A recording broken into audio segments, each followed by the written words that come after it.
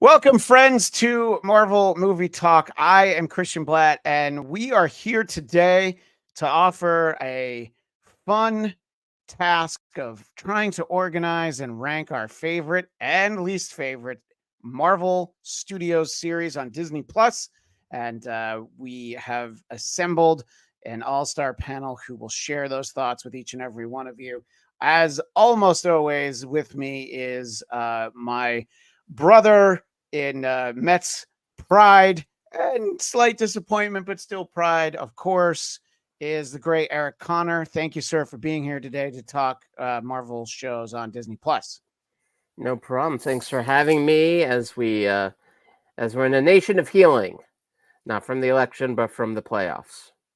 Yes, I mean that's what we're talking about, and all across all five boroughs of New York are still reeling from the playoffs, just at different weeks.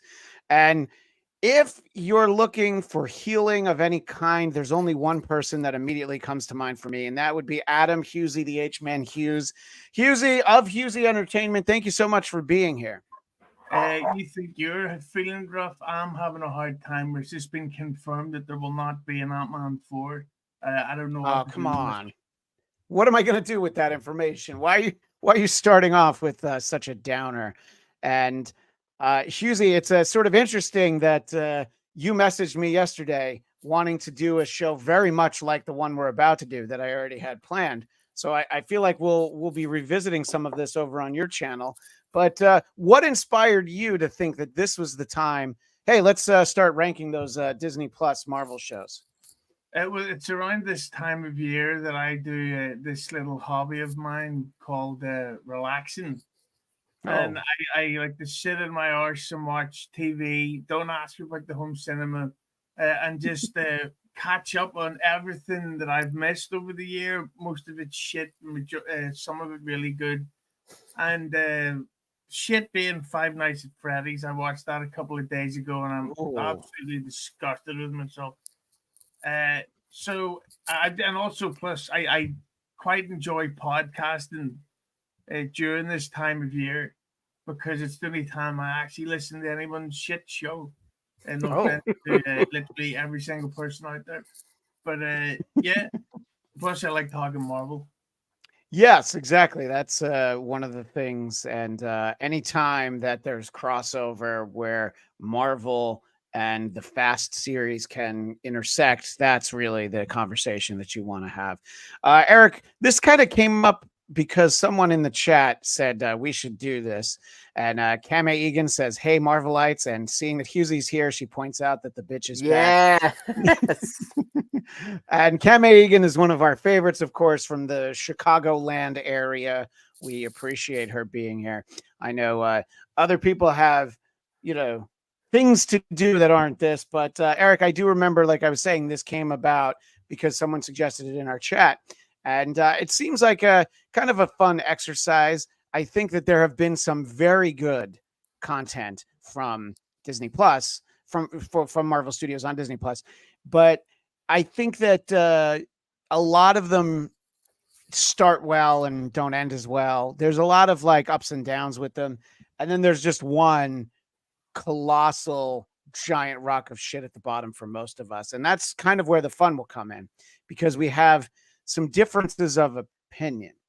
And Eric, I know you sent me a graphic and I feel like we should just dive into it and we'll go with your picks. Well, this isn't your actual. Well, I don't know. You'll explain what this is because it has some of the things that you would like to be shows on there, and some of it is not actually part of Marvel content, including the banker. Yeah, that's yet.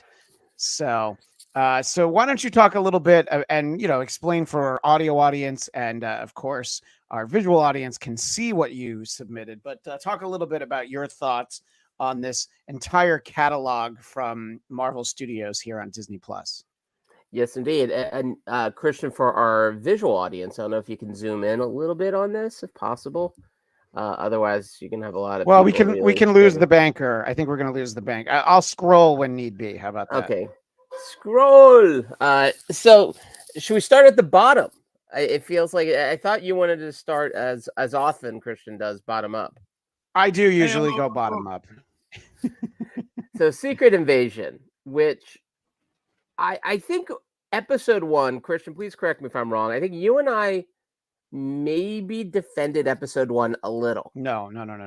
Okay, that was you, someone else. you and another member of our panel did that, But it wasn't you. Nate, no, Nate and I immediately knew this is trash, and Yeah. there's no coming back from this. Our canaries died in that coal mine pretty early on as well, Yeah. though not as early as you. And I mean, Secret Invasion, the remarkable ability to make Samuel L. Jackson dull, to make Fury dull. I mean, that takes work. Now, I did do a little thing here. It's not necessarily a desire for her own show, but just hats off to Olivia Colman, who, despite the terribleness of Secret Invasion, every scene she was in was great. I remember when we were covering it, and Husey, get this, every week we would talk about the new episode of Secret Invasion. We would do an entire hour on each episode, and we had to do that, and we felt obligated to. But I made the comparison. Olivia Colman on that show, it's like if you watch the Star Wars Christmas special. It's awful, but you look at Harrison Ford, and you're like, damn it, that guy's one, a movie star, and two, I believe he's Han Solo. I didn't believe anything else in the Christmas special. So yes, Olivia Colman in Secret Invasion is the Harrison Ford of the Christmas special. It's basically the direct parallel, and Harrison Ford is about to be our Red Hulk. So I feel like it's relevant. All roads lead back. What do you think of Secret Invasion, if I may ask? Secret Invasion made my second from the bottom. It had one of my giant pet peeves that I've had since I was a kid, where I don't like it where we're doing a scene and just say there's two Frenchmen often hiding, speaking to each other in English. It's like, no, speaking French and subtitle it. Yes. I immediately knew I was going to have a problem with Secret Invasion as soon as we had two Skrulls behind closed doors in human form, and it's like, nope. They should be in green form at all times. It didn't make any sense that the villain would keep taking the same human form if he's on the run or he's being hunted down. I just thought this was the perfect example of what's getting name value. Let's make it. And then also with Samuel L. Jackson, he'll do any film as long as his schedule is open and the salary is the check clears. Yeah, like he's not selective at all. He was in fucking the RoboCop remake. Yes, he sure was. I remember seeing that. Yeah, exactly. That's true. Yeah, that used to be the case for Christopher Walken at one point. There was a dollar Michael amount. Caine.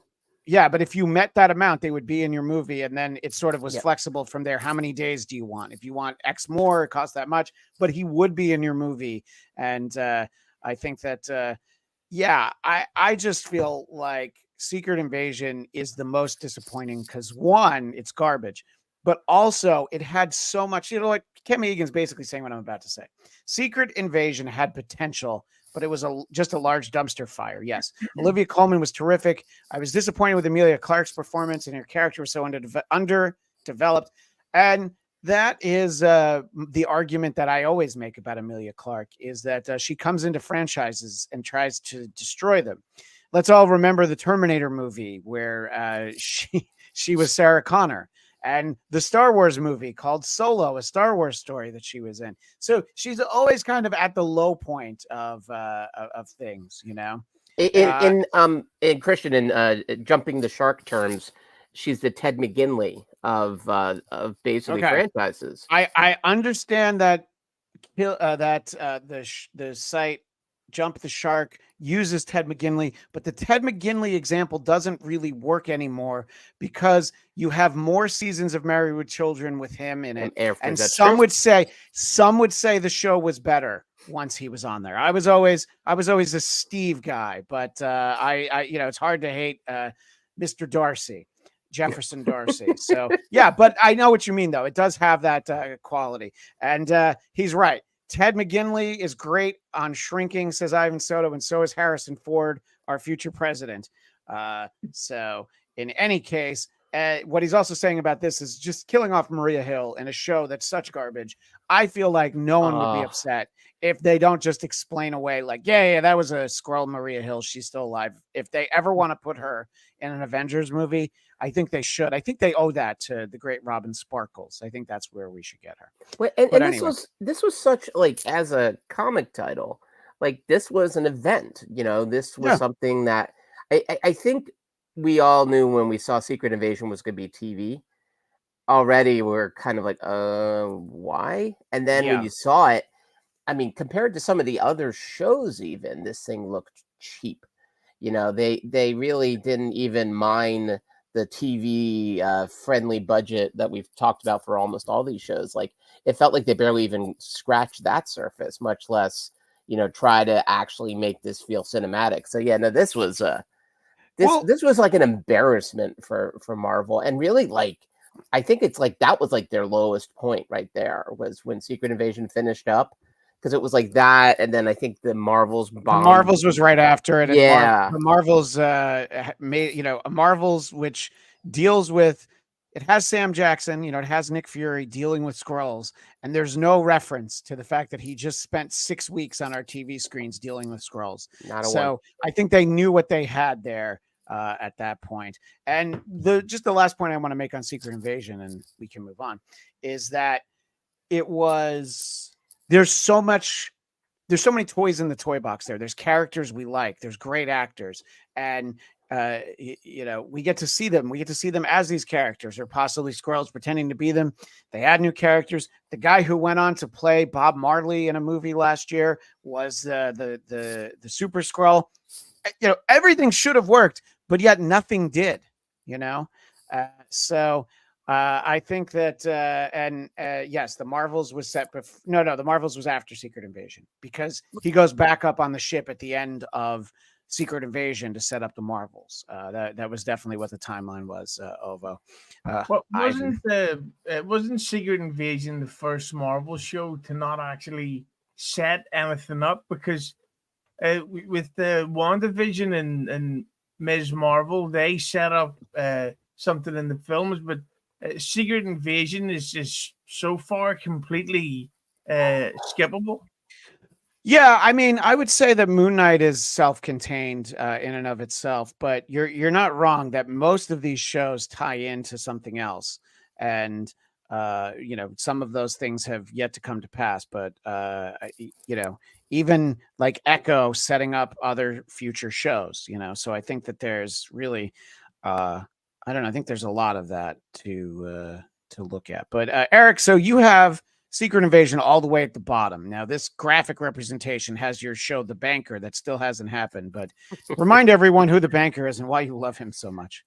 Well, he was in one scene in Falcon and Winter Soldier that this one scene alone probably brought Falcon and Winter Soldier in my D range because it was, he was denying him a loan and then was starstruck by being around a celebrity. And it was it's some of the most atrocious writing I've seen in any Marvel property in recent years. Within like Marvel Pictures, from Marvel Studios. There's been plenty of crappy Marvel stuff done outside of Marvel Studios, but it kind of spoke to so many of the problems of Falcon and Winter Soldier. For me, my second least favorite. But Husey, you said you had a different one as the bottom one, right? Yeah, my bottom one, and this will not exactly break ground, is She-Hulk. Yeah, that's not a popular series, sure. I was so fucking excited for it. I thought this could be a legitimately funny, like sort of on the nose film or a TV show about a broad, a woman, I should say, trying to make her way up through a male-dominated industry while also trying to enjoy being single, while also dealing with the fact that she has a secret society chasing her down because she's a female version of the Hulk. I thought this is going to be great. And then the Hulk had a tiki bar. He sure did have a tiki bar, didn't he? And then it was just like, okay, I may not be able to spell the word bicycle, but I'm smarter than everyone who worked at Disney on this show. It was embarrassing, everything about it. And the final episode of Marvel of She-Hulk, I still can't believe that was released. Like, they owe us a refund. Yeah, I think that we should have all gotten a credit for our Disney Plus accounts for just that 1 week, though, whatever it was. Ivan Soto with the hot take talking about Disney Plus, that the Turner and Hooch show was so good. I did never watch it, but that comes up because friend there in the chat, the cut of the jib, good to see you, sir. I hated that the Turner and Hooch TV show got canceled on Disney Plus. I really enjoyed that show, and the chick who was the dog trainer was adorable. And he watched it before it was taken down out of curiosity. He got hooked on it. Yeah. Disney Plus did that for, I've mentioned this before. My wife worked on a show for Disney Plus called The Mysterious Benedict Society, based on a best-selling book series. And part of the accounting that these streaming services do, it's they can, I guess, declare it as a loss if they take it off the streaming service. So there's no way they can generate any more possible revenue from it. And also, I guess, not pay any more residuals. So yeah, I think that She-Hulk, and I'll give my complete list all at once towards the end of the show, Okay. which we'll of course consider the master list. But it'll be great to entertain what you kids are thinking. But I think that the potential, I agree with Husey in the sense that the potential for She-Hulk was so much more than what we got. I think that my buddy Zach Wilson, who a lot of people know from an earlier incarnation of this show over on Popcorn Talk, his idea for a She-Hulk series was basically take Ally McBeal and just make her be She-Hulk in it. And there were weeks where it kind of seemed like, wow, that's actually, pretty astute. That's what they did.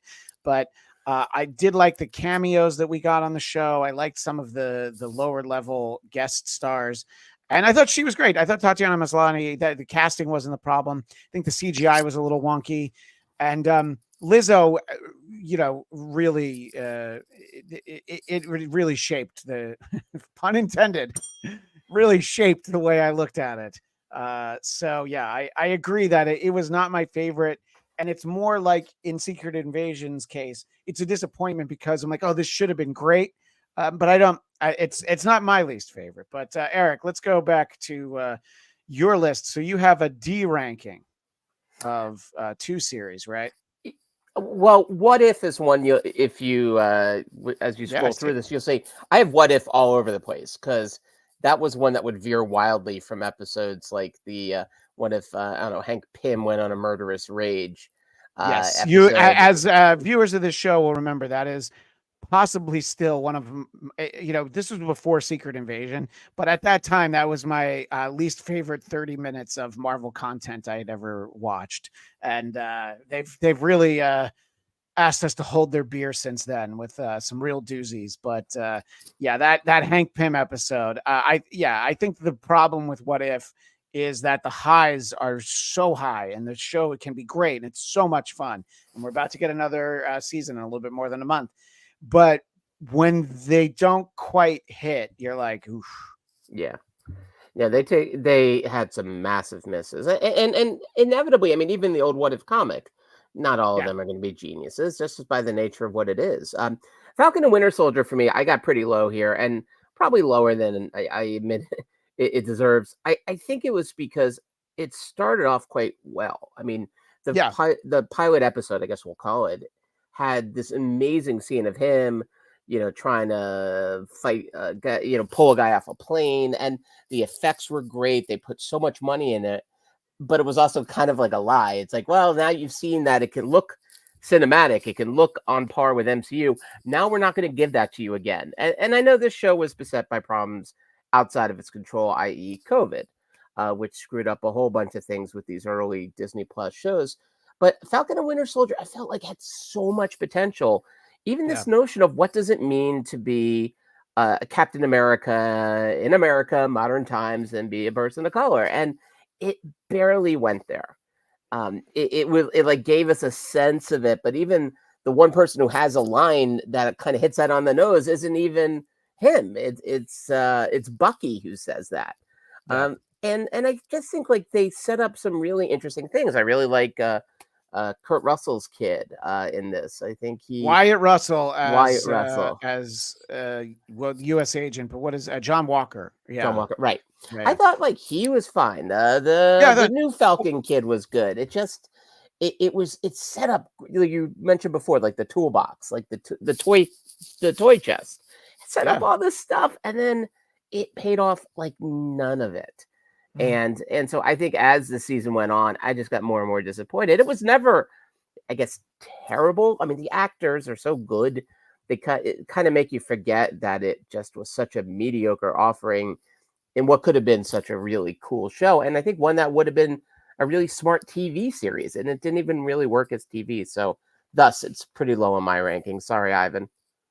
No, yeah, but Ivan thought it should be higher, but even he still hated the Sharon Power Broker, the Carter's niece, I guess, Peggy Carter's niece, the actor from oh my God, what was that terrible ABC show she was on? I can't remember what it's called now. It's I didn't realize I was going to be quizzed on this. How to Get Away with Murder? Or one of no. This is a different one. I'll think about it. But it seems from your list though that you separated the 2 seasons of What If, which is not necessary. By the way. Oh no, it's actually, you'll see it's everywhere here. So yeah, in my mind, What If is sort of like runs from D to A-, if you will. But episode to episode was a whole different thing. Anywho. Yeah. So then your C list is very different than Hughesy's C list, which we will not let him talk about Hughesy's C list. You don't want to know who's on it, Hughes. Well, we know Ray DeVito's at the top, but anyway. So you have Hawkeye and Echo, which obviously those shows are intertwined in a lot of ways because she's appears on both of those. I think this is an interesting ranking for Hawkeye. It doesn't mean you dislike it, no. But what are your thoughts? I think Hawkeye, because sort of like how you and I are Cyclops fans. Hawkeye was like kind of the dude in the Avengers I always took a hankering to, as some might say, because he doesn't have like the superpowers of everyone else. He's just is good with an arrow, and Jeremy Renner's been strong in the role. But this was one that I found myself kind of just underwhelmed as I watched it. Again, not bad. It had nice moments. It's good seeing like some of the people they brought over from the Daredevil side of things. But even that payoff of oh gosh, help me out here, Christian. Fisk? No, not Fisk. What's her name?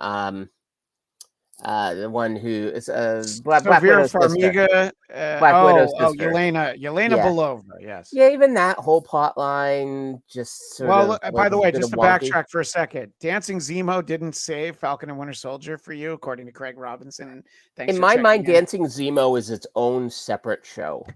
Like separate from the whole universe. It's more of a dance. It's like the Saturday Night Fever of Marvel, as it should be. So no, I loved him in that. I love to see him come back, but yeah, no, unfortunately it was a Band-Aid on a shotgun blast. But yeah, Hawkeye and Echo, I think they both suffered from something similar. Again, they had some good stuff set up. Echo's first couple episodes I actually thought were pretty solid, but then I agree, something happened to Echo. It's almost like they changed showrunners or something, because the last few episodes were really just tonally different.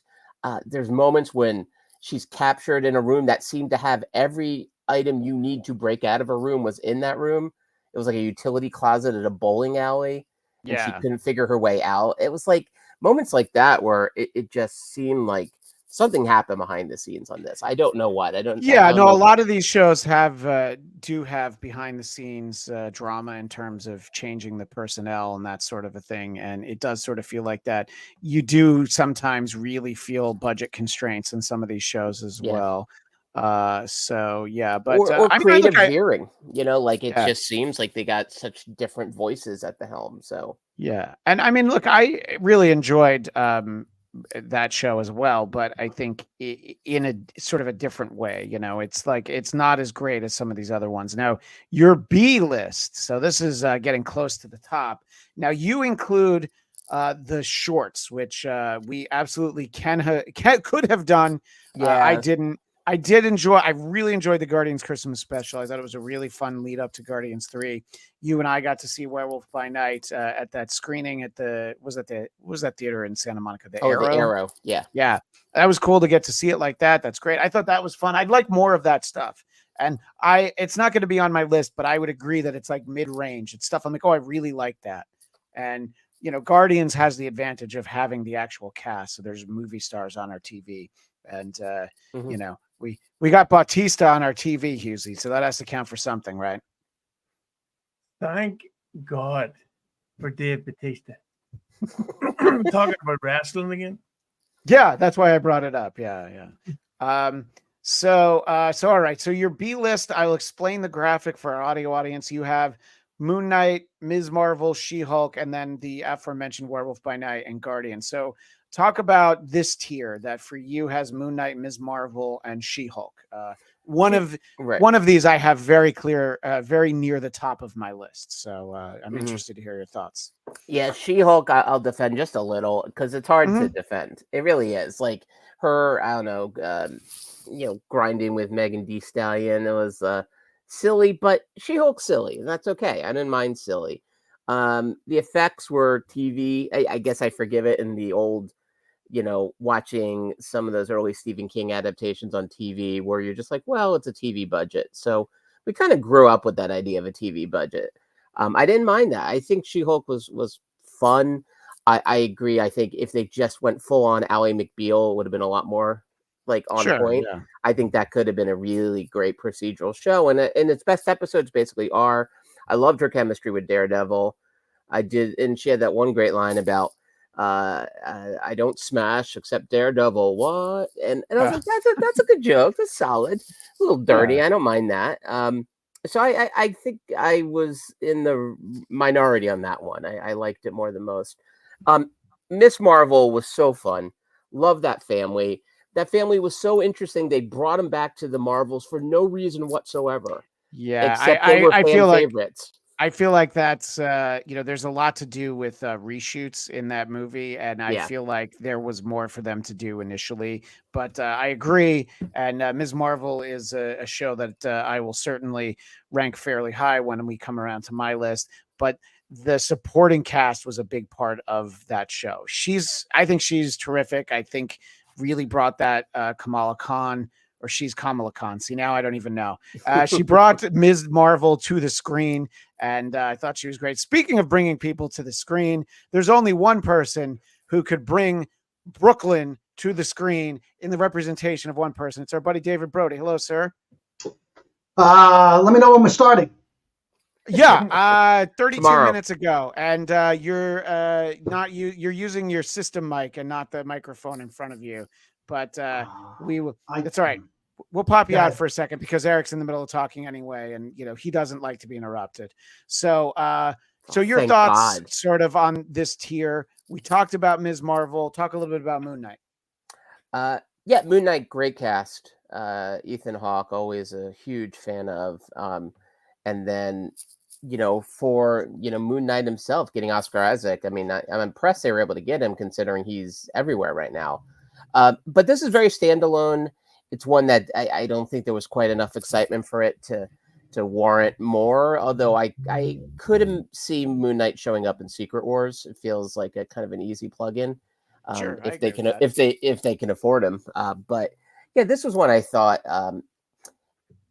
it didn't leave that much of an impression, so to speak. But I found it was very unique on its own terms. The settings, the mythology, all that, and I love his costume so much. And they embraced the different costumes for right. personas. So I thought it was great visually, and I mean, I think Oscar Isaac was entitled to a do-over after X-Men Apocalypse. So I think that he didn't make up for it, but he did well. Craig Robinson from across the pond. Moon Knight and Ms. Marvel, interesting, exploring different cultures. And Kame Egan says Ms. Marvel was delightful. I wanted to be a part of her family. Yeah. Kamala Khan probably had a lot in common with Kame Egan sneaking out through her window. That seems like something that you could probably identify with Kame Egan. All right, so let's finish off your top tier, where I think you'll have some common ground with a lot of people in our audience. Eric, talk about your top row here, aka good shit. Good shit. This is the list came pre-packaged with good shit up top. Yeah. If you go over to the right, Agatha All Along is also on there. So Agatha is one I put sort of between A and B. I think as it went on, it got better. Those last few episodes were particularly great, and the idea that it's now an article Brody shared with us. It's being considered for best comedy, and not as a limited series, but ongoing. I think they've earned their stripes. And I think they earned the comedic stripes too. I do think it definitely had a bit more comedy going on, but this was one Agatha really impressed me. Hats off to my buddy Rachel for the episode she directed. It was cool, and I think that it also felt like a TV show, which sounds like a small compliment until you realize how many of these shows wound up being kind of gelatinous movie-ish, not quite TV. Yeah, no, I think a lot of streaming content can feel like, oh, it's like a 5-hour movie that they broke up over a few weeks. Right. And Ivan's pointing out that What If's at the very top, and he didn't even see season 2. But what if Eric has at different places because of different episodes, which I think if I'd explained the rules better, you wouldn't have been allowed to do that. But that's all right. You can have the sliding scale. So all right, Dad. So you've talked about Agatha, and Agatha, of course, comes from the first image there on your good shit, which is WandaVision. Talk about that. Yeah, WandaVision, Loki, I could easily swap and X-Men 97. I thought all three of them were such a good time. WandaVision, I think, benefited from the fact that, like, it was such a unique show. Like, everything about it, its approach was different.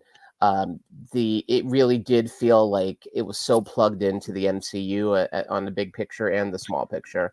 And though we joke about they sort of dismiss TV, the truth is, like, what happens with Wanda here directly feeds into Doctor Strange and the Multiverse of Madness. And I think one of the keys to WandaVision is that it was first. So it was the first one of any of this that we got. Disney Plus was new, and we were all so excited to finally get it. And we'd heard about it for a while. And I agree. We've talked a lot about Loki, obviously, on the show. Do you want to say anything specific about him here? No, I mean, it just makes you a little sad for what could have been with Kang, what could have been with Jonathan Majors, and that second season, him showing up in that really nerdy variant was kind of fun.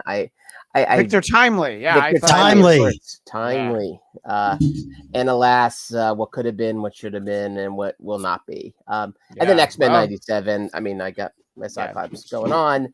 Don't worry. I'll spend some time filibustering on X-Men 97.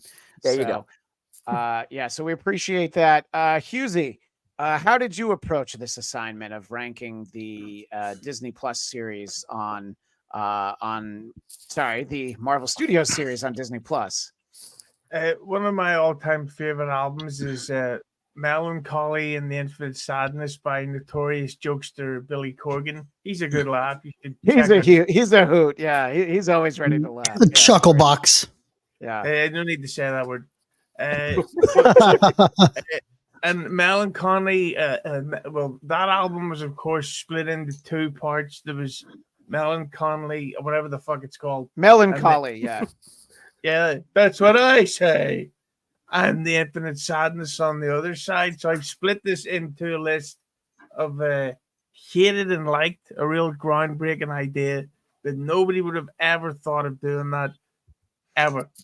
So the bottom, which we already spoke about, is She-Hulk. I thought that they made it too cartoonish. Like we understand that women have to deal with sexism in the industry, but the guys were so ridiculously over the top cartoonish, where they'd be like excuse me, babe, but where's all the men lawyers? Do any men work here? Big tits. It's like, oh, for Christ's sake, let's at least add some type of the realist sexism that Brody's notorious for. Yeah, right. The good stuff. And I Sweet think, cheeks. I think it's Yeah, pronounced and then- Big Keats. It's a German name. Or milkers. You never know. That's your preference, yes. Then we went to a Secret Invasion, which was just it just seemed like it kept building to something and nothing was happening. And then because it was shot during the pandemic, I think they were sort of like, okay, well, we need to do more dialogue scenes because we can't like film, I don't know, plane chases or space battles or anything. So let's have them talk, but they didn't have anything planned. And Well, just that to ended- interject on that, one of the things about sort of crowd scenes, I'm sorry, things about the show shot during the pandemic was that, and you got this a little bit in Secret Invasion, that any scenes that were supposed to have crowds ended up having very few people, and no crowd ever looked like a crowd. But anyway, back to what you were saying, Husey. what was it, a Ray DeVito stand-up show? Got him.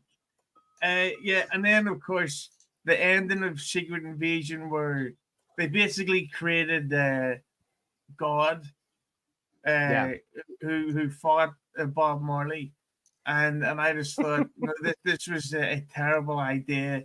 They basically have there can never be a villain again in Marvel because they have this unstoppable a woman who can defeat anyone. I thought it was crap. Then goes into Falcon and Winter Soldier. Again, not to get political, but I don't like when they talk about real world social issues, considering that the previous time we've seen the Falcon, he was standing beside a talking raccoon fighting against the fucking flying dragon. And then so Steve Rogers became Captain America because he was injected with a super serum. That's how he developed the ability to become Captain America. Whereas the Falcon ran around the outside of his house, and that suddenly put him on the same level as the guy with the super serum in his body. And I thought, well, probably not. And also, when you look back at this stuff, I think that Sebastian Stan is bored of playing Winter Soldier, but that's where he gets his money from. I just seen him in the Trump film a couple of weeks ago. I saw that. Yeah, Excellent. it's a tremendous performance. Yeah, I agree. In the Tommy Lee show, he played the first 2/3 of his penis. That was really convincing. Yeah. But I just thought that Falcon and the Winter Soldier was not for me. Followed by Loki, which and I knocked this one up to me not being the brightest crayon in the drawer. Am I right, Bernie? Oh, you're definitely not. Yeah, you're not even you're like the little stub that breaks off. Just Yeah, the but tip. a red one, because of the jacket. Yeah. But with Loki, it just seemed again that a whole lot of stuff was happening, but no story was being told. Where it's like, we've got to get to the other side of the thing. So they spend the whole episode getting to the other side of the thing, and they get there, and it's like, so what happened? What happened in this episode? And particularly with the way Loki ended, I didn't have a fucking clue what was going on. It looked great visually, but storyline wise, I'm like, so he's holding a bunch of trees. That's what he's going to do. Yes, that's true. Stupid. Yeah. I mostly liked the second season because it made me want McDonald's for a few weeks there. That's all I really needed. But all Cue right. the sauce. What do you have? Oh my gosh, I forgot. Yeah. Let's hold up our Loki sauce. I'm only here for the sauce. So all right. So go ahead. What's next for you? Above. So this would be above Loki for you, Husey.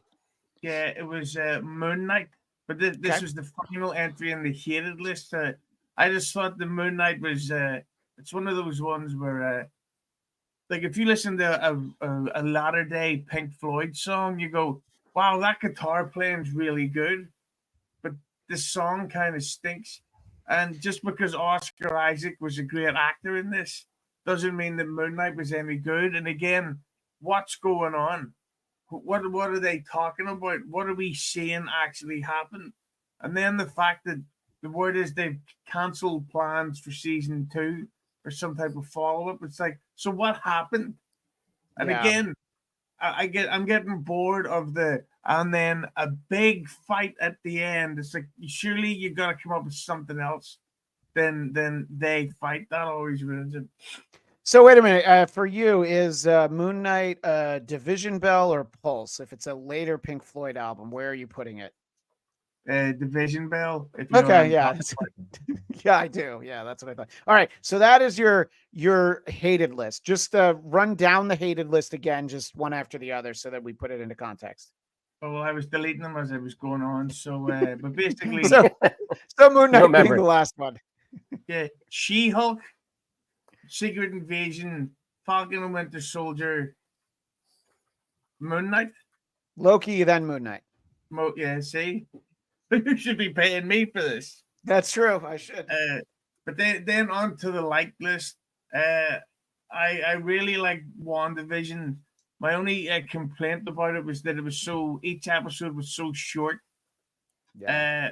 That's one of my real issues with these Marvel shows is the episodes are usually less than 30 minutes and they don't exactly have cliffhangers to where you're like, oh, I can't wait to wait 6 to 7 more days to see what happens, where some of the episodes just randomly stop.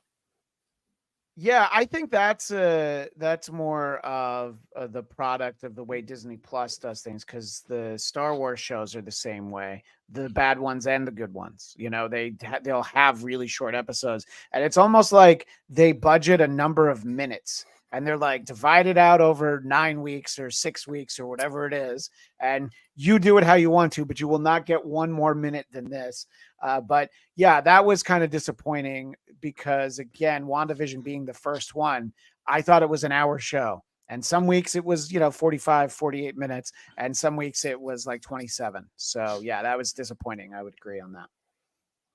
But I love that it set up Doctor Strange too, the way it did. That's what I was assuming all Marvel's TV shows would be, like really long backstories to set up the next fantastic massive blockbuster. You know what I'm saying? An important comment from the chat from A1. Husey is funny. I'll just leave that up while you talk. Thank you. The next one I'm going for is Agatha All Along. I'd never heard of Agatha before WandaVision. Again, I didn't have a clue what was going on in the TV show, but I actually liked it. I liked the atmosphere of it. I particularly like the song that Brody wants to sing now for us. Go ahead, Brody. Oh, that's the Monsters. No, that's the Monsters. Close enough, Yeah. though. But specifically, that's from the great Rob Zombie Monsters. So that's what Yeah. Yes. That Said guy's no one fun. ever. Yeah. Agatha all along. Yeah, which, by the way, we did never get that song in the whole series. Which I forgot to talk about when we did all of our Agatha shows.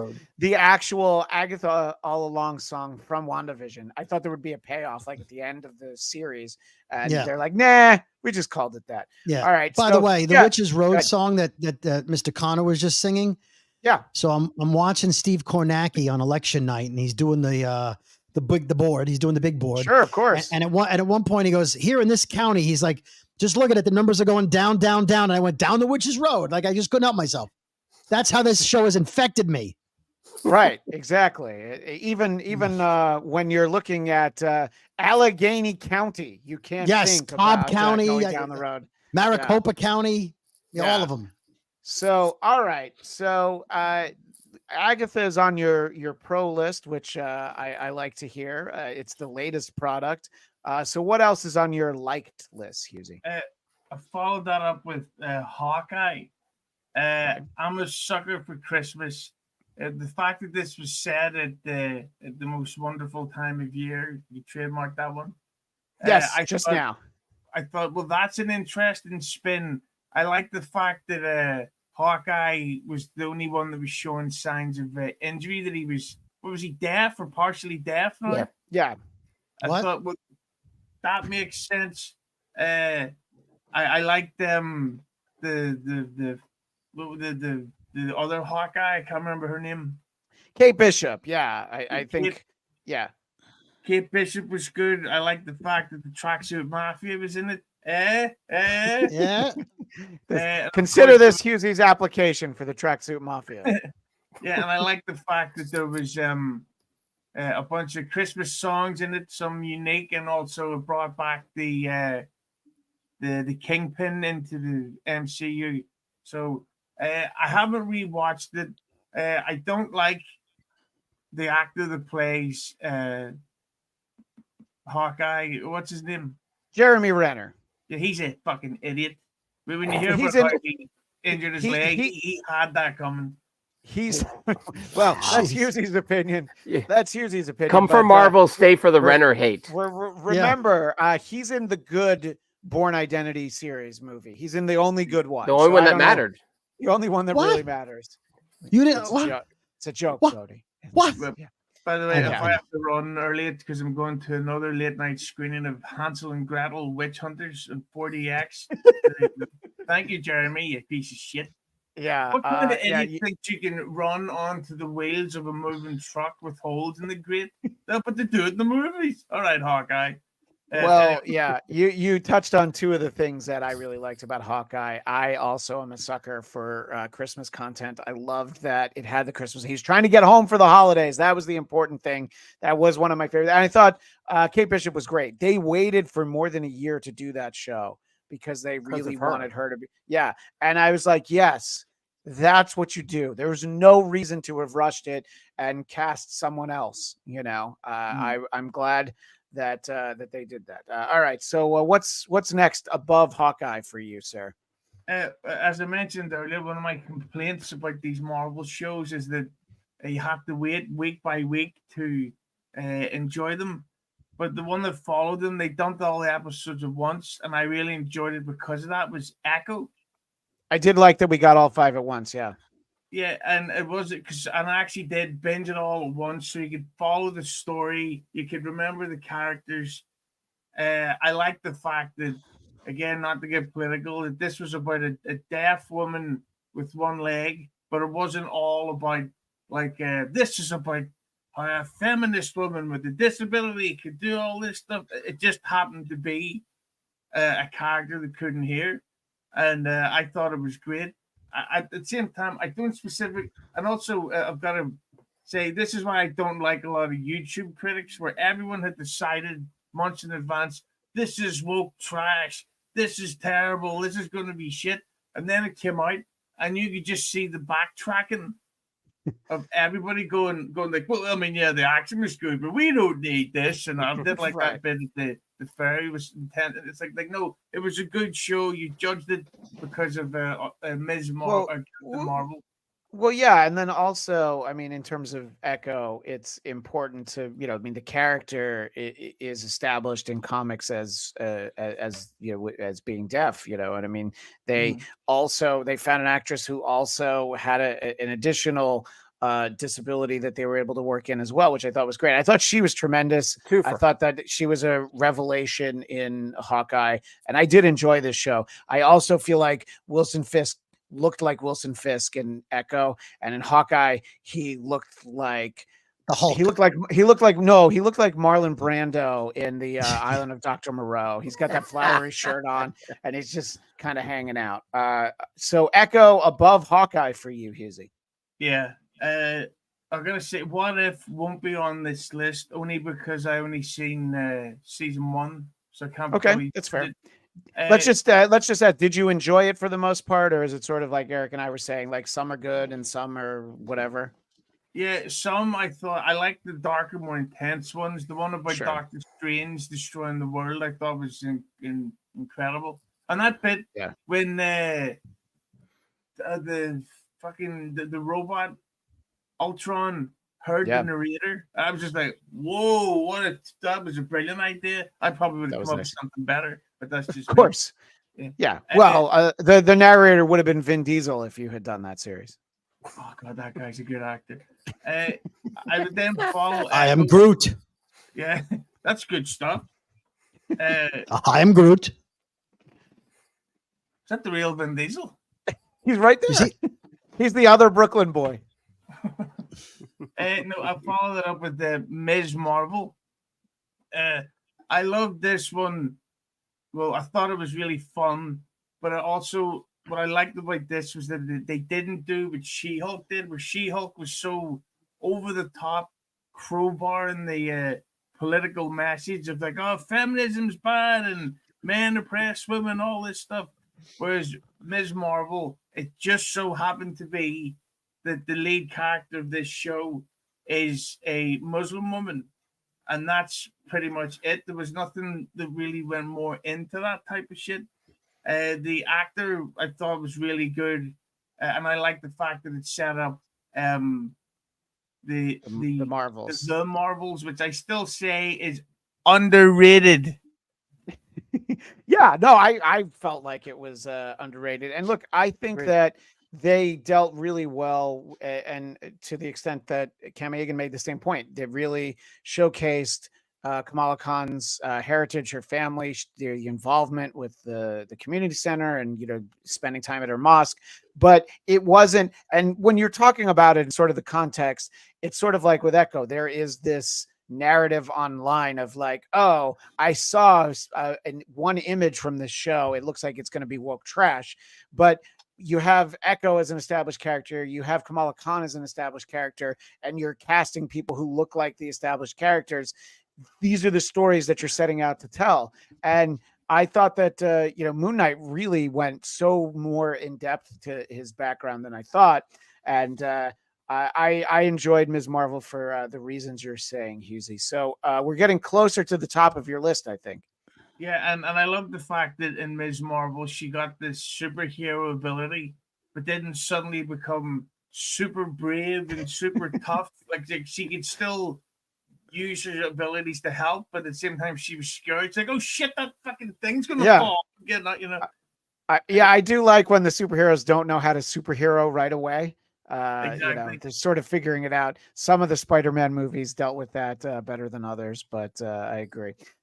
So what's above Ms. Marvel for you? Yeah, this is my number one Marvel show. I thought it was perfect in every way. It's X-Men 97. Yeah. I still say that I think it was the second last episode where Magneto ripped all the metal out of Wolverine's body, and it just sort of ended and goes to credits, and I was like, "What the fuck?" Like that's the greatest ending to anything Marvel's ever done behind Infinity War. And I think it's important to ask, you're not familiar with the comics at all, right? So you had no expectation that that's something that might have happened in that series, right? No, I remember the TV show ridiculously well, the cartoon for the kids. So the fact that they not only did season 4 of the cartoon, but it wasn't just season 4 for kids again. It's season 4 for adults.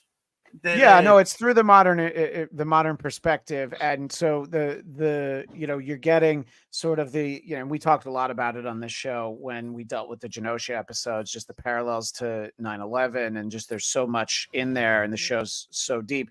But you had no idea that Magneto had ever ripped out Wolverine's adamantium skeleton before, right? This was the first time you'd ever seen that. That's the first time I'd seen it, and it's genuinely got me. I really can't wait to see what they do next. Yeah, that'll be interesting. Bone claws stink, and I blame that all on Bryan Singer. The bone claws were long before Bryan Singer. No, but let him have it. Let him have it. No, it is very quickly. I want to share Jeremy Renner's idea. Before we go to Brody, this is what Daniel sent me. So not surprising. He goes, Loki, WandaVision, Ms. Marvel, Hawkeye, Moon Knight, Falcon and Winter Soldier, She-Hulk, Agatha All Along, Echo, and Secret Invasion. So he's got Echo down there at the end, which is not the way I look at it, but I'd be interested to know where Daniel would put X-Men 97 if he knew we were including it. Probably pretty close to the top if I know Daniel. Brody, did you do like a worst to best list, or do you have a PowerPoint presentation like Mr. Connor did?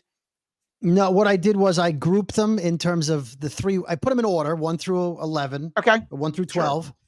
I made the bottom tier 3, the middle tier 3 and the top 6 that I find to be very good. Okay. So I'll give you the I'll bottom just stick with 3. IT as well. That's okay. I'll Yeah. not sue you. Yeah. Number It's 12 it's on known the as the list. Husey method, Brody. Yes. Number 12 on the list, The Secret Invasion. I don't know what else I could say about that piece of crap of a show. But like Husey said, they made a super god villain and a hero. And I mean, it was ridiculous. It should have been Elseworld. And then the big reveal that Rhodey was a Skrull was like, okay, in a mirror. And I guess that's what just happened. Yeah. I mean, it's a massive reveal and you just blew it. And I don't know who Samuel L. Jackson was playing, but he wasn't playing Nick Fury. The whole thing was ridiculous. The relationship with his wife was good. I think the emotion between them. It was definitely interesting. Yeah. Yeah, the way he loved her. But that was it. The rest of the show was trash. So I'm going to move on. Number 11 for me was Echo. I thought the actress was great, but after the Daredevil fight, nothing happened. Okay. Every episode was boring and slow, and Kingpin was interesting. They had a glass of wine. He showed up. He threatened people. He didn't really do much. There wasn't a lot of superheroing going on. It was train stuff. She was great, but I just didn't enjoy the show. I don't like that they dropped all 5 episodes. To me, that's a sign they knew people weren't going to wait a week to watch the second one. It was an obvious dump, which is why it's the only show they've done that with, because they were like, people will watch all 5 if we make them watch it. They'll go, oh, it's there. I'll just watch it. Well, and But- just as but- a quick footnote, they also put it on Disney Plus and Hulu at the same time. So they were really Yeah. like, let's do it all at once. Let's put it in 2 places, Right. and let's see what happens. Yeah, they knew it was just the clearinghouse. Get it out. So Yeah. didn't like it. Number 10 is She-Hulk. I enjoyed the first episode with Hulk. And then it was just, and the Daredevil scenes were great. Love Daredevil. Not Sure. enough Daredevil. The fact that the episodes were out of order and they mixed up the order from the original. Yep. Daredevil, just wonderful. Where the villain shows up in the courtroom, but that was supposed to be a later episode where she was explained who she was. The Hulk episode was not supposed to be the first episode. Right, correct. It was just yeah. it was a big train wreck. The twerking, sorry, never recover from that. And the ending with the barbecue and then Hulk's kid with the bad haircut. The whole thing was just, it was as if people who didn't work at Marvel put a show together. And then the Kevin thing, was pretty was bad. clever. That was clever, but it was like, you had, and what was said previously, the men were just ridiculously stupid. It was over the top. And the thing at the end with Abomination was okay. But then when the guy took the injection and became the monster, and then they were like, no, hold off. This ending's no good. It was as if she was speaking for us. Right. Yeah. Yeah. The whole show sucks. You put a stop to it right here. So I did. By the way, I did appreciate that we got Tim Roth as Abomination back on the show. That is one of the high points, when yes. they don't ignore that Ed Norton movie. We get to see, what we want. 100%. Like I said, seeing Abomination was great. Okay. I would like to have seen a She-Hulk Abomination fight, a real one, but there wasn't. Moving Okay. on. Number 9, Ms. Marvel. I thought all the acting was great. I love the family in the show. I thought it was, for me, it was a little young. I think we talked about it as the show was going on. It was Yeah. a little cartoonish and CW-ish for me. At some points, you could see that the pandemic and the budget were not great for CG, and it was sort of like there were scenes that the CG was terrible, like when the evil ant grabs the stone or whatever. It was terrible. So the show was good. It was fine. Her friend was fine. It set up the movie really well, so I liked that. I liked the culture aspect of it. But there were other shows I liked more. So that's where it came in at 9. At number 8, as a fan of the comic book, I did not enjoy Moon Knight as much as I was hoping. I was very excited. I'm not a fan of the schizophrenic storyline. I'm much more of a fan of the original Moon Knight, where he deliberately played a cab driver and a mercenary and a millionaire so he could find out information. And it was all deliberate, and it wasn't because he was schizo. It's a show about Moon Knight. He was barely in the Moon Knight costume. Whenever there was action, he blacked out. We didn't see it. And they're like, oh, I don't know. They're all dead.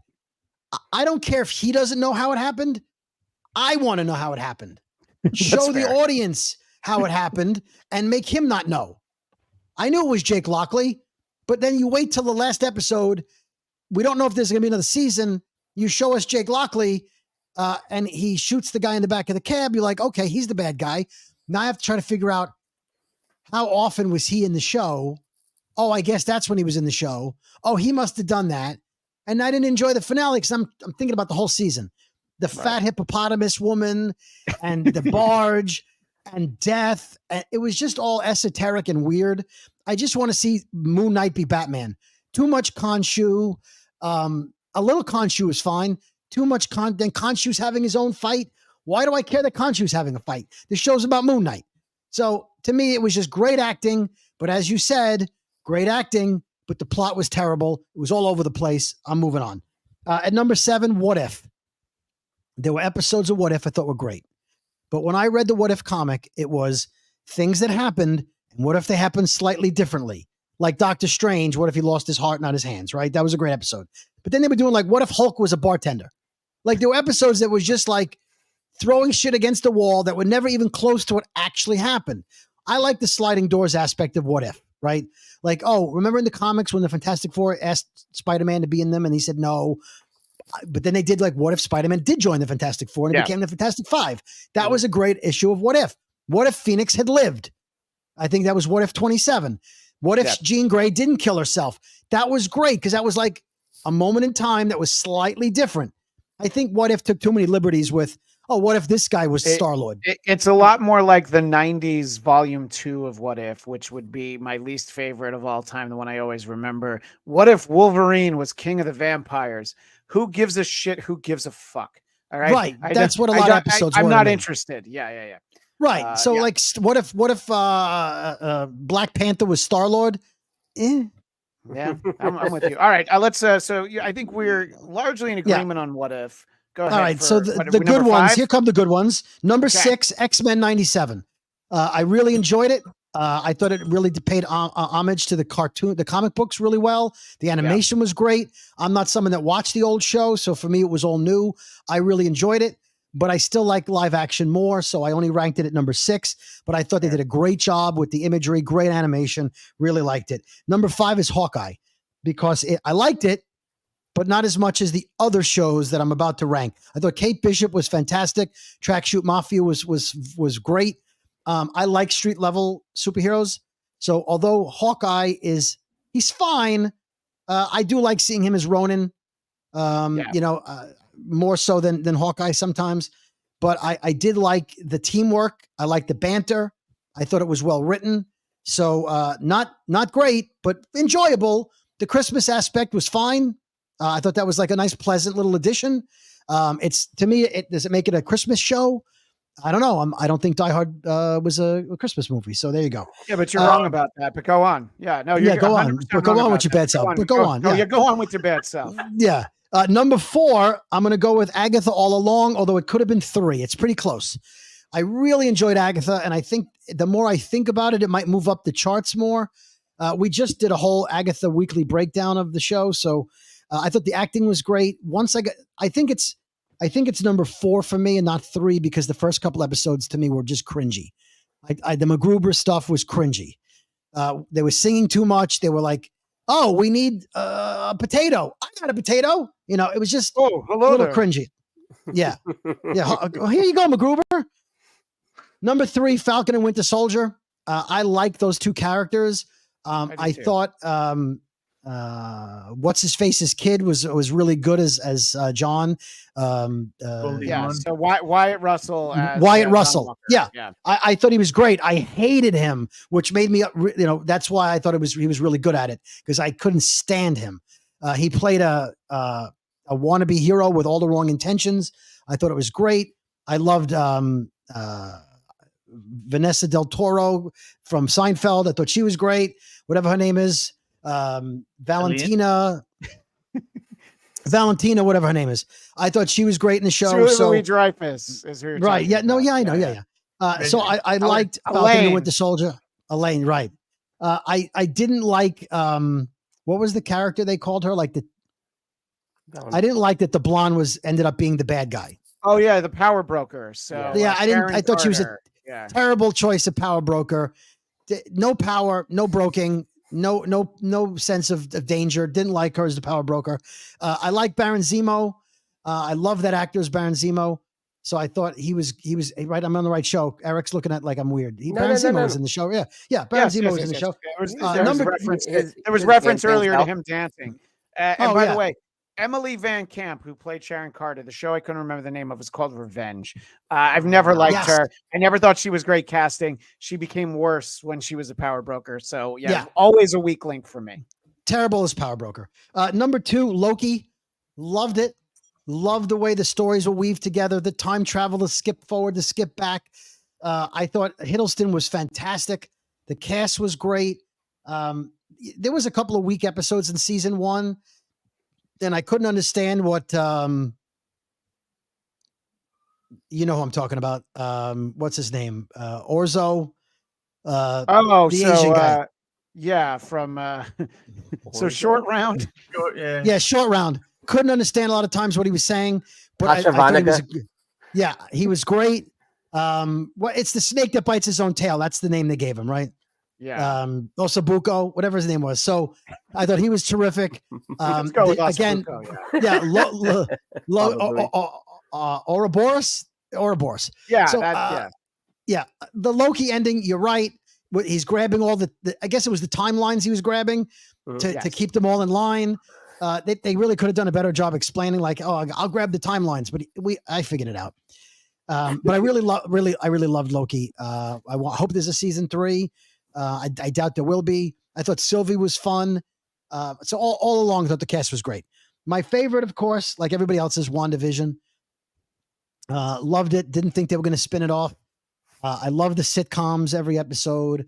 I love the Modern Family one where she turns around and talks to the camera and breaks the fourth wall. The acting was great. I love Vision. The line he says about heartbreak is the echo of lost love, or whatever the exact quote was terrific. Really enjoyed it.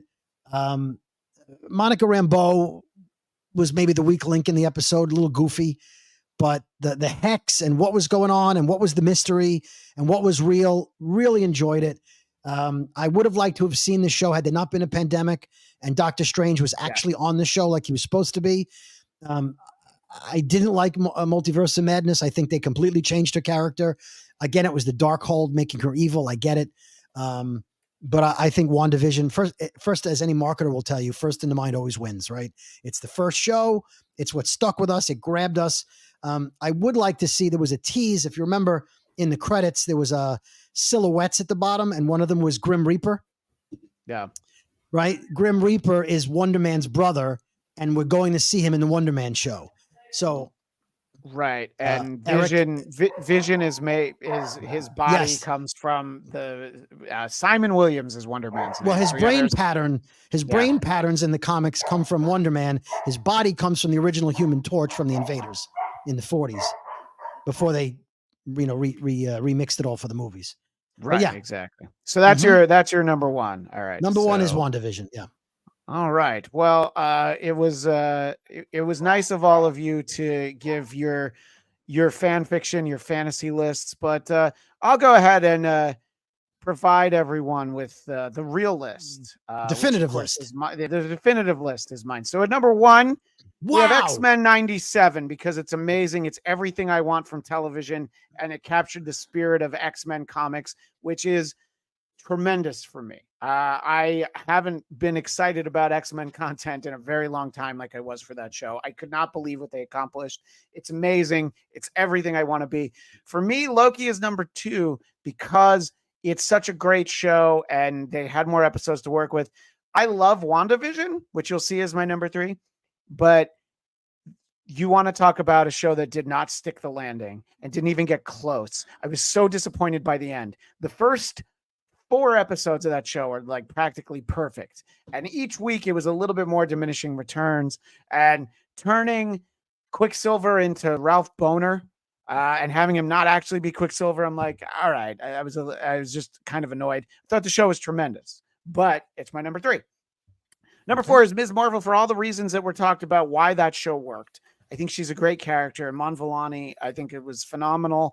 And it really helps. Again, like Husey, I'll defend the Marvels movie a little bit.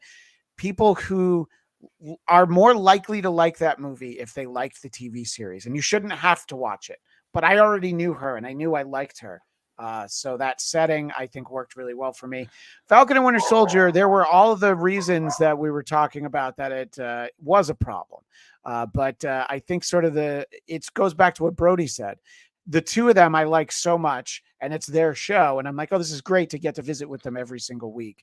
And yeah, Wyatt Russell as John Walker, perfectly making someone that we dislike so much. To me, that's great acting. I love that they were able to include Valentina in there. So we got that. And then my next grouping has Hawkeye, love for all the reasons we talked about.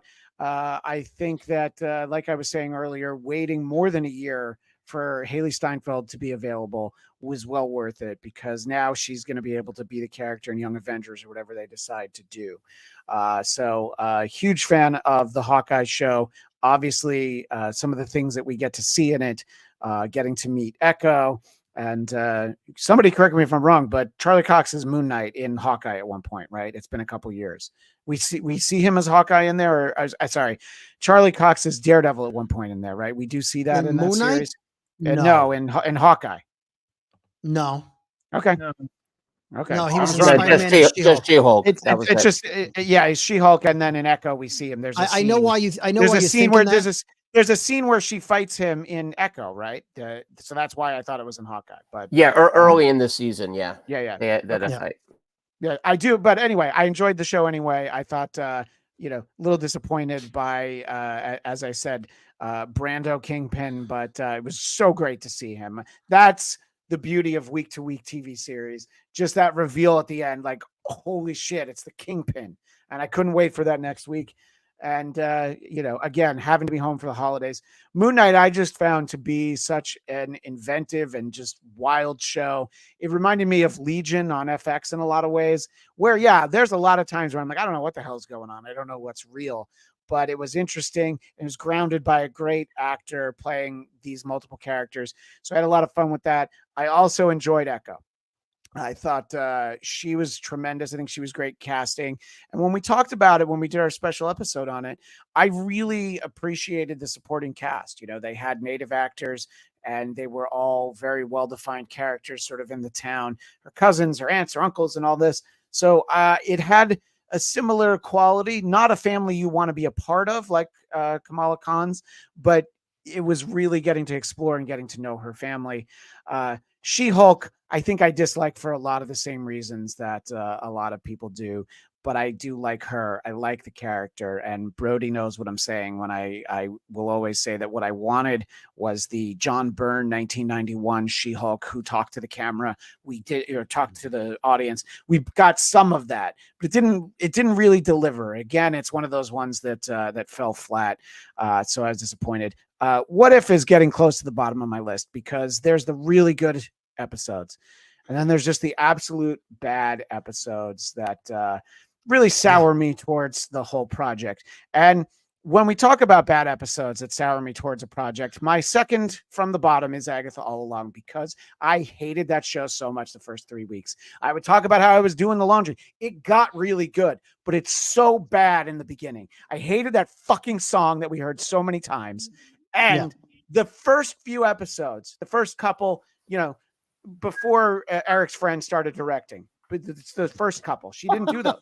It really, like when it started, I'm like, we're still doing this Mayor of Easttown thing? All right. So that episode's really a waste. And I feel like we could have gotten a much better show if it was more like the middle of the series and then the way it ended.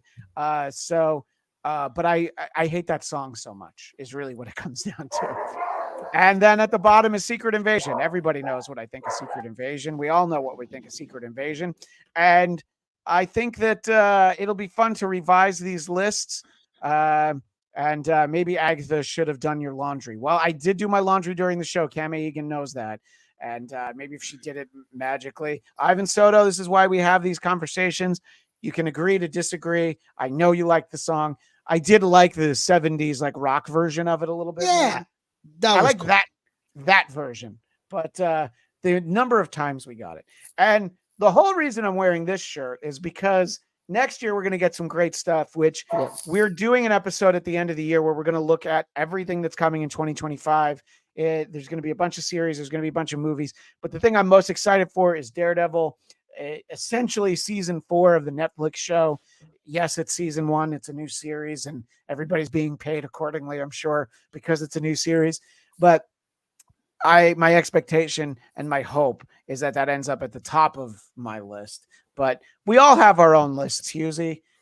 Nobody has to agree, except that even though you didn't put Secret Invasion at the bottom, you had it second from the bottom. The only thing we can all agree is that was just garbage, and what a waste of resources and waste of our time. So yeah, the fact that as well that Secret Invasion has almost been erased. Yeah. We'll be here for another hour. Yeah. Quickly in the chat, Kevin Davis, 1, WandaVision. I'll just so we're going top to bottom. WandaVision, Falcon Winter Soldier, Loki, Hawkeye, Ms. Marvel, Echo, She-Hulk, Secret Invasion, Agatha All Along, Moon Knight. Oh, There's some very different. That's shocking where you put Secret Invasion, but a lot of his list is very similar to mine up until you get to that point. His top of the list is great, but the bottom top of the list is the same as mine, I think. So obviously, although I don't think he has X-Men. He doesn't have X-Men. Yeah, that's all right. And he liked WandaVision top. But yeah, you're telling me, Kevin, you watched Secret Invasion with that awful CGI ending, moronic plot, and thought, yeah, that's better than Moon Knight. That's better than Agatha All Along. That's quite. This is why this is why we have the opinions. It's racism. Yeah, it's racism against Khonshu. Yeah, obviously. And Ivan Soto says White Tiger and Daredevil better get his own show. Puerto Rican superhero. I mean, come on. I've seen White Tiger in some animated Spider-Man series, and I think there are definitely plans for that character. I know the Republican National Convention is very excited about a Puerto Rican superhero. Yeah. Look at it. We go an hour and 16 minutes, and then suddenly somebody has to put on his Meet the Press hat. Oh, I was thinking the same thing. He gets his own show. There'll be outrage. No, I don't know. I don't know that. Look, if the character's interesting, they're going to get their own show. Do you think that when they sat down and they were doing WandaVision, they're like, and this will lead into Agatha's show? I don't think they ever had any expectations of that, and that might be part of the reason we waited for 4 years. By the way, no spoilers on the election. I have it recorded. I'm going to watch it. Oh yeah, yeah. You go on. It gets really spicy around 11 o'clock. Yeah, well, Pacific time. But go on Polymarket and put all your money on RFK Jr. That's what I would say. So he did well. I'll say that much. He did well. Well, our next for himself. Wait, sorry. Go ahead, Husey. What were you saying? I'm saying Echo has a better voice than RFK Jr.